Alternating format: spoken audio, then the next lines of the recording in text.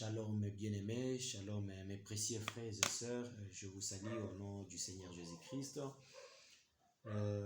C'est votre bien-aimé Simeon Bayo. Je viens cette nuit parce que chez nous il fait déjà 22h30 minutes.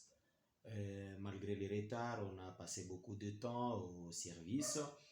Mais comme nous sommes au service du Seigneur, les services du travail ne peut pas nous empêcher à servir le Seigneur, que ce soit pendant la nuit, que ce soit pendant le jour. Nous sommes bien disposés pour vous servir, pour pouvoir apporter un plus sur nos prédications. Avant toute chose, je salue d'abord tous les chrétiens dans le monde entier, malgré nos divergences, comme je l'ai toujours dit. Je salue en particulier mon pasteur Barnabé Mbumba, je salue pasteur Xavier, je salue le forum Les Jeunes du Message, je salue également mon épouse Denise Mwimba, je salue vraiment toute la famille chrétienne. La liste est exhaustive, si je me mets à compter, à saluer à chacun, à citer chacun par son nom, ça peut me prendre beaucoup de temps. Que le Seigneur vous bénisse. Malgré le fatigue, pendant que j'étais dans mon bureau, j'ai essayé de lire la Bible et j'ai soutiré quelque chose qui m'a beaucoup intéressé. Vu que nous sommes au temps de la fin, où nous voyons les enfants de Dieu qui sont maintenant perdus, où nous voyons les serviteurs de Dieu qui sont perdus, qui ne se conforment pas à la parole de Dieu, je me suis dit, il faut que je parle quand même, malgré c'est la nuit, il faut que je parle et que je puisse parler de quelque chose qui peut aider un chrétien ce soir de partout dans le monde. Je vous salue encore une fois de plus, mais avant toute chose, je vais d'abord commencer par les mots de prière parce que la prière c'est la clé, la prière c'est la réussite. Si parfois nous parvenons à vous livrer des prédications qui est en train d'aider plusieurs personnes parce que nous recevons deux messages en provenance de par-ci par-là. Je salue également pasteur Bertin depuis Atlanta aux États-Unis.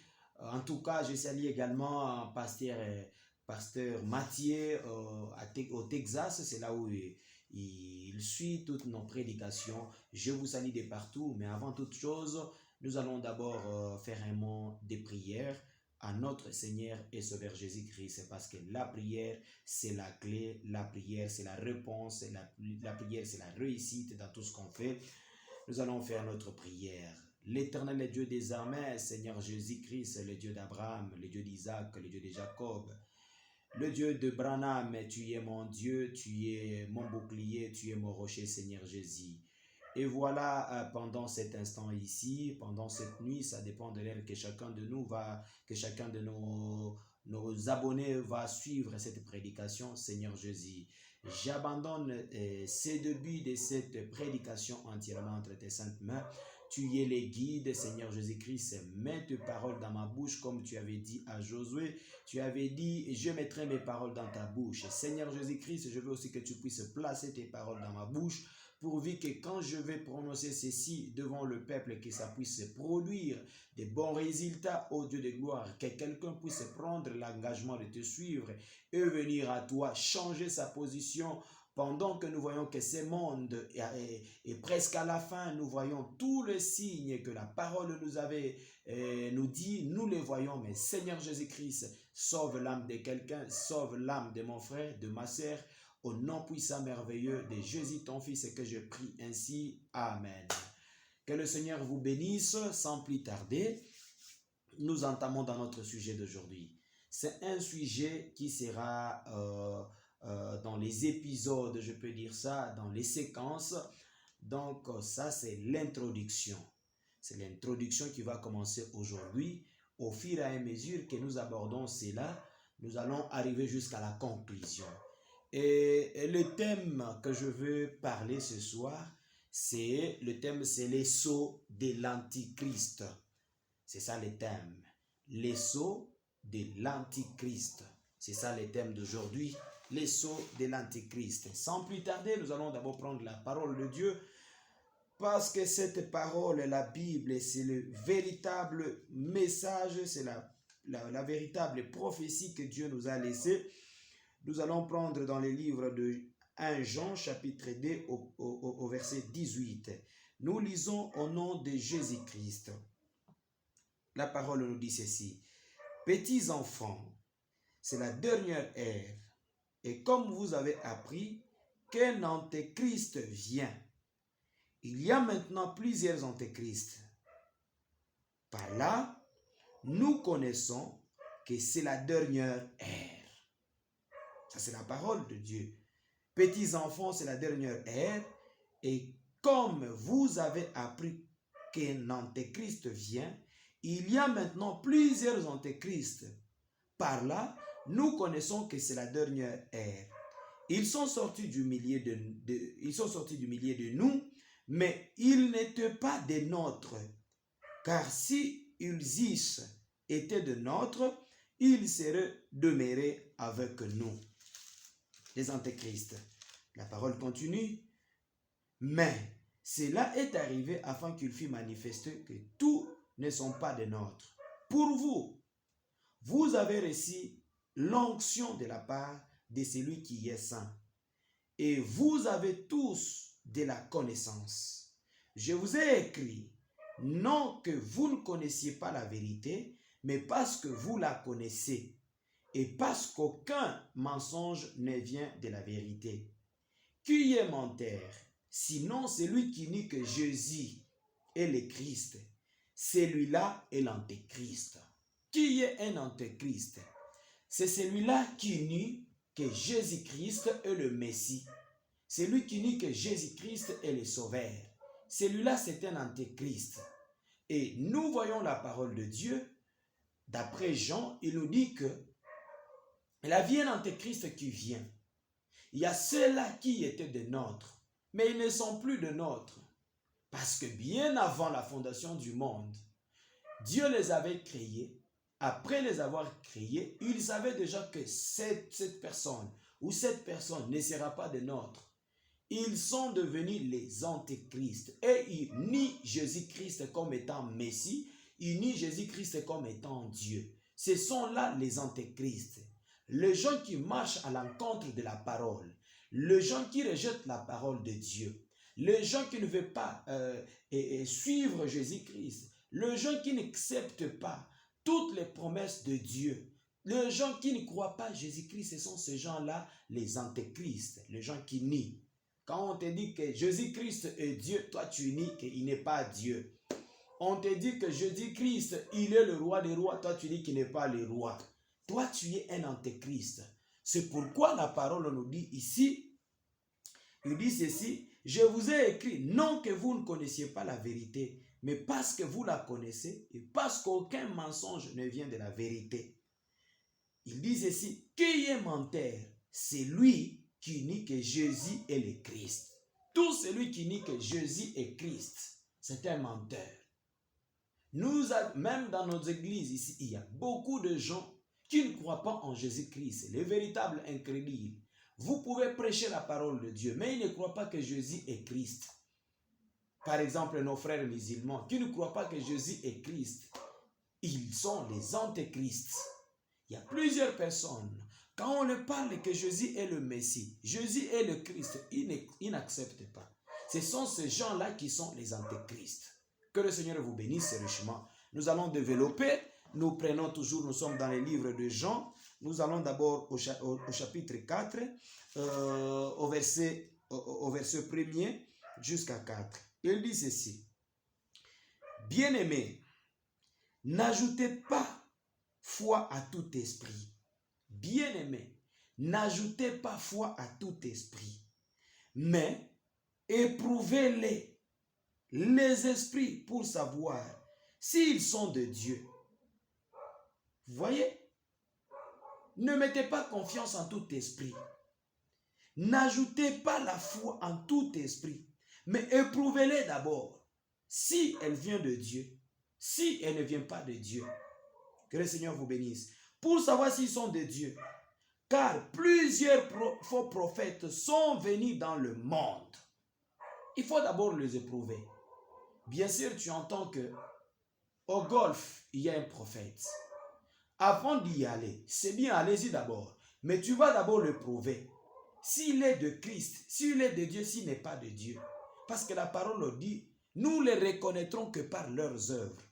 Nous les reconnaîtrons que par leurs manifestations. Si vous découvrez que dans tel prophète, il n'y a pas l'Esprit de Dieu, n'y allez pas.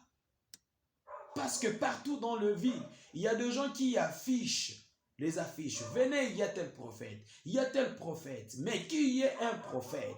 Un prophète, c'est lui qui vient avec un message précis. Un message qui vient de Dieu.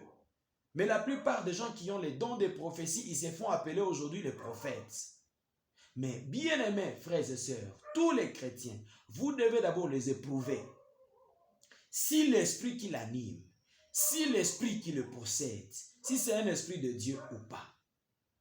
Si l'esprit qu'il possède, c'est un esprit de Dieu ou pas.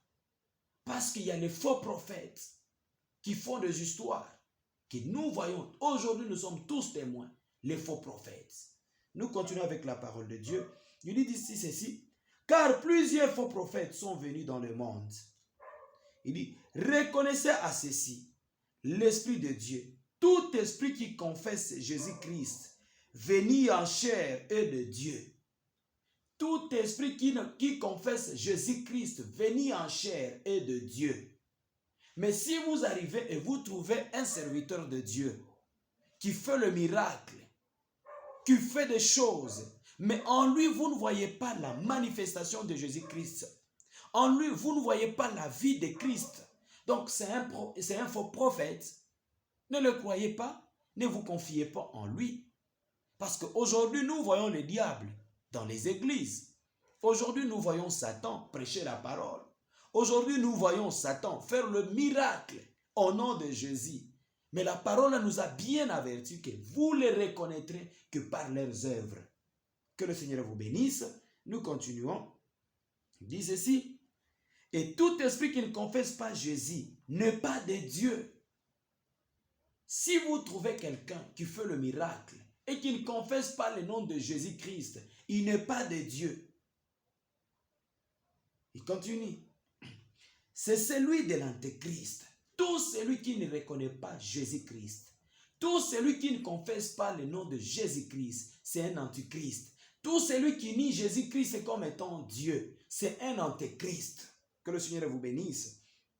Nous continuons. Il dit ceci, l'esprit de l'antéchrist dont vous avez appris la venue et qui maintenant est déjà dans le monde. Cet esprit de l'antéchrist aujourd'hui est déjà dans le monde. Les gens ne veulent plus encore parler de Jésus. Les gens font des miracles, je ne sais pas dans quel nom. Aujourd'hui, dans les églises, vous trouvez les gens, au lieu d'imposer les mains aux malades et de prier pour eux, ils parlent toujours en langue. Vous entendez toute une église entière parler en langue. Rabababababa. Mais si vous demandez à la personne, qu'est-ce que tu parles, il ne va pas te répéter cela. Vous voyez, il y a des gens qui sont animés par l'esprit de l'antéchrist. Et aujourd'hui, cet esprit de l'antéchrist est des gens dans le monde, selon ce que la parole nous dit. Et nous voyons cela. Les faux prophètes, les faux prédicateurs, les escrocs prédicateurs. Parce qu'un bon prédicateur, il doit vivre ce qu'il prêche. Si vous trouvez un prédicateur qui prêche et qui ne vit pas ce qu'il prêche, c'est-à-dire, celui-là c'est un antéchrist. Parce que Jésus-Christ avait dit, si vous demeurez en moi, je demeurerai en vous. Et il a dit encore dans la parole de Dieu dans Jean, il a dit, si vous m'aimez, gardez mes paroles. Ce n'est pas seulement écouter la parole et jeter cela. Non, si par exemple Dieu a dit ne commettez pas l'adultère, ne commettez pas cela. Parce que si tu commets l'adultère, tu réunis maintenant Jésus-Christ. Vous voyez? Parce que Jésus-Christ lui-même, c'est la parole. Mais si vous voyez quelqu'un qui ne vit pas la parole, c'est un antéchrist. Si vous ne voyez pas quelqu'un qui ne confesse pas le nom de Jésus-Christ, c'est un antéchrist. Que le Seigneur vous bénisse. La parole vient de le confirmer ici. Que l'antéchrist est des gens dans le monde.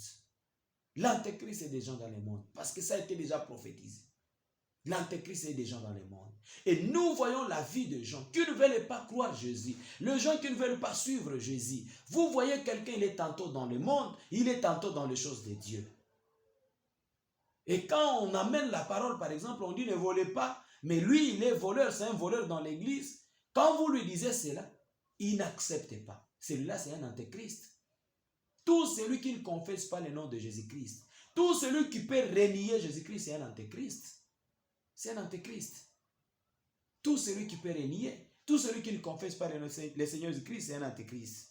Nous continuons. Il dit ceci. Vous petits enfants, vous êtes des dieux et vous les avez vaincus parce que celui qui est en vous est plus grand que celui qui est dans le monde. Celui qui est en nous, le Seigneur Jésus-Christ, est plus grand que celui qui règne dans le monde. Qui règne dans le monde, c'est le diable et Satan. Mais Jésus-Christ est en nous. Il est plus grand que Satan. Il est plus puissant que Satan. Vous voyez, Jésus-Christ qui est en nous est plus grand que celui qui est dans le monde. Celui qui est dans le monde, c'est le Seigneur Jésus-Christ. Et celui qui règne dans le monde, c'est le diable plutôt. Mais Jésus est plus grand que Satan. C'est pourquoi nous devons nous confier à lui. Nous devons toujours confesser son nom. L'esprit de l'antéchrist n'a pas commencé aujourd'hui. L'esprit de l'antéchrist a commencé depuis le ciel, quand le diable et Satan s'est révoltés. Il était le bras droit de Dieu Tout-Puissant. Mais le diable, il avait renié la puissance qui était en Dieu. Il avait renié la divinité corporelle qui habitait en Dieu. Lui aussi voulait se faire Dieu. Il a voulu faire aussi son camp. Vous voyez, il a renié d'abord premièrement Dieu. Il n'a pas voulu confesser Dieu, son créateur. Et le diable, quand il est venu, il cherche maintenant à s'accaparer la créature de Dieu. Vous comprenez? Tout celui qui renie Jésus-Christ, c'est un antéchrist. Tout celui qui ne confesse pas le nom de Jésus-Christ, c'est un antéchrist. Que le Seigneur vous bénisse pour le croyant du message. Moi aussi, je suis un croyant du message. Parce que même dans le message, nous trouvons aujourd'hui les croyants du message avec des religions différentes, avec des croyances différentes. Les gens commencent à adorer William Aro Branham comme étant Dieu. Frère, vous êtes des antéchrists et vous irez en enfer. Un antéchrist, c'est celui qui renie le nom de Jésus-Christ. Vous trouvez les croyants du message qui disent que Branham est Dieu. Depuis quand que Branham est devenu Dieu? Depuis quand que William Aro Branham est devenu Dieu? Si vous reniez Jésus-Christ, vous êtes un antéchrist. Et si vous adorez William Aro Branham, vous êtes devenus les antéchrists. Et cet même esprit qui habitait dans Caïn, aujourd'hui ça habite maintenant dans les enfants de Dieu. Ça habite dans les chrétiens confessant le nom de Jésus. Nous sommes des chrétiens, mais ils sont antéchrists. Dans le message de l'heure. Nous voyons aujourd'hui des frères qui adorent Branham. Frères, vous n'avez pas la place au ciel. Si vous adorez William Aro Branham et vous appelez William Aro Branham comme Dieu, vous irez en enfer, frère. Vous irez en enfer. Vous pouvez faire toute la prière au nom de William Aro Branham, mais ça ne sera pas exaucé. Toutes nos prières que nous faisions est exaucées que dans le nom de Jésus-Christ de Nazareth. Pas dans le nom de William Aro Branham. Aujourd'hui, il y a des frères qui adorent Branham. Frères, vous irez tout droit en enfer. Adorer William Aro Branham, c'est aller en enfer. Moi, je n'adorerai jamais William Aro Branham. Je suis croyant du message, mais le Dieu adorable, c'est le Seigneur Jésus-Christ. William Aro Branham n'est pas un Dieu à adorer. Frères, vous êtes des antichrists. Nous allons vous lire tout au long de ces prédications. Nous allons vous lire. Que dit William Aro Branham? Que dit William Aro Branham? Frère, si vous adorez William Aro Branham, vous irez en enfer. Parce que d'après la parole, on nous dit, c'est lui qui ne confesse pas le nom de Jésus-Christ. C'est un antichrist.